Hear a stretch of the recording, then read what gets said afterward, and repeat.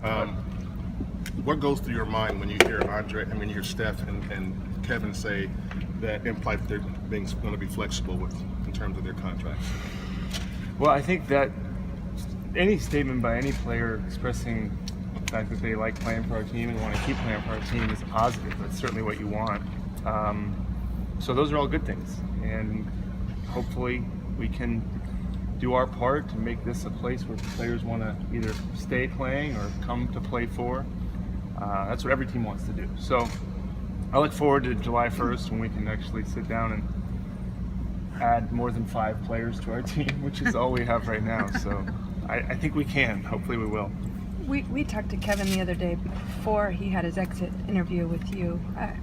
Can you share any details from that? Did he express what we were just discussing in terms of being flexible? Well, I think he's happy. I think he was, happy with the season personally, and obviously for the team. I don't know that it could have gone any better for him.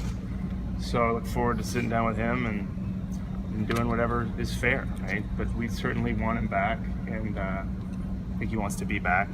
So, when you win, those exit interviews are pretty good. You don't get to do that often. So no, but for him and us, it was very positive. Steve and I were in there, and it was more just congratulating him on the season he had, and that goes for all our players. A lot of them were just thankful for their year, and especially the guys that have done it a couple times now. What's your confidence level with Andre? I know you can't get into specific numbers, but there was reports out today he could get in the 18-20 range, and if you guys have to go a lot lower than that, what's your just confidence level that he can? I don't know. Free agency is predictably unpredictable. So I love Andre, and hopefully we can find a way to make it work for not just him but all our guys. But as far as specifics, it's just Raymond wasn't exaggerating. There's not a lot, and the rules make sense, but there's not a lot we can say definitively one way or the other out of respect for the league and the rules.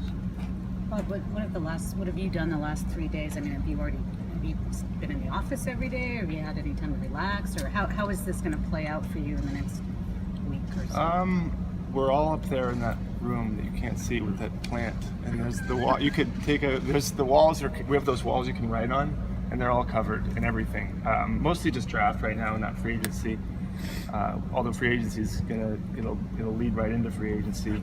We don't have a draft pick, but we're acting as if we do. That's what every team has to do, and exploring all the variables, most of which won't come true. But we do our work, and we make calls, and we take calls, and then following Thursday we'll do the same thing in free agency.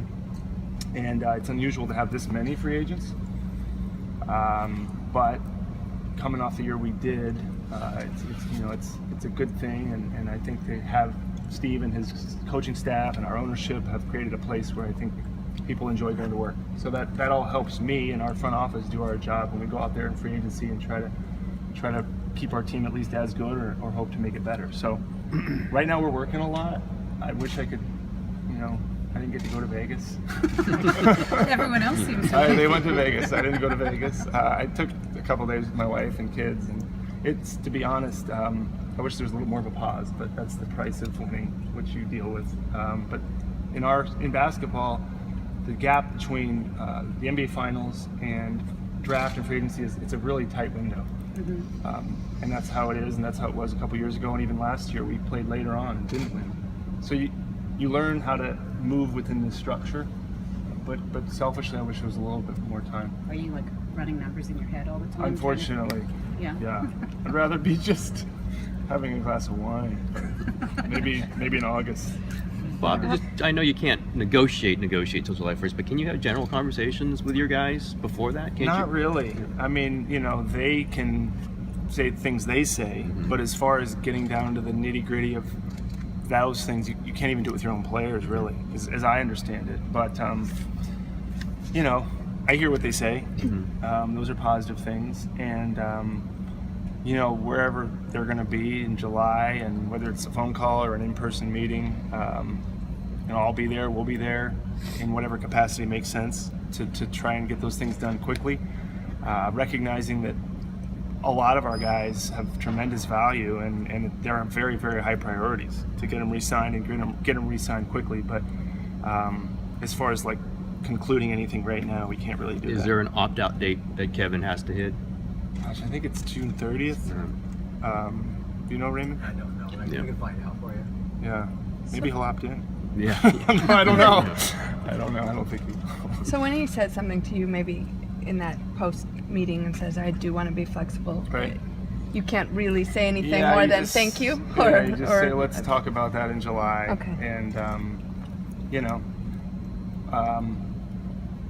it's a positive thing, right? I mean, it's positive, but free agency it's so fast and it's so fluid that you really just hope that you've created a place where there can be honest dialogue back and forth. We want to treat our players fairly. They want to be treated fairly. They've earned that. They deserve it. We want them to feel good about whatever conclusions we reach. And so that template has worked for us in the past. We don't always get what we want in free agency as an organization. Players nobody really gets everything they want, but hopefully we can figure it out and keep this group together. Will you only go attack the second round and try to buy a pick if you love a player, or are you going into the draft like we want to at least come out with something? We have in our board, we have a B next to the players we would buy a pick for in red. So there's guys we would buy a pick for. If you snuck in there, it'd be fun to see. Yeah, I mean, we bought a pick last year for Patrick McCaw. And luckily, to be honest, I laugh a little bit, but to have an owner that's as aggressive as Joe is and our ownership group that's willing to spend on a pick. And Patrick McCaw is actually a success story in that way because we haven't gotten it right every time. There's times we bought a pick and it didn't work out, but our methodology is to try and do that, especially in a year where we don't have one. But certainly, if there are players, and you actually don't know which players may slip. So every year, some players fall in the draft, and so what we try and do is make a list of players that if they were to fall or wherever we think we can buy a pick. Should these players be available, we would attempt to do it. That doesn't mean teams are going to sell picks. It doesn't mean we're going to get what we want. But that's the exercises we go through right now. How many players would you say you've had work out here?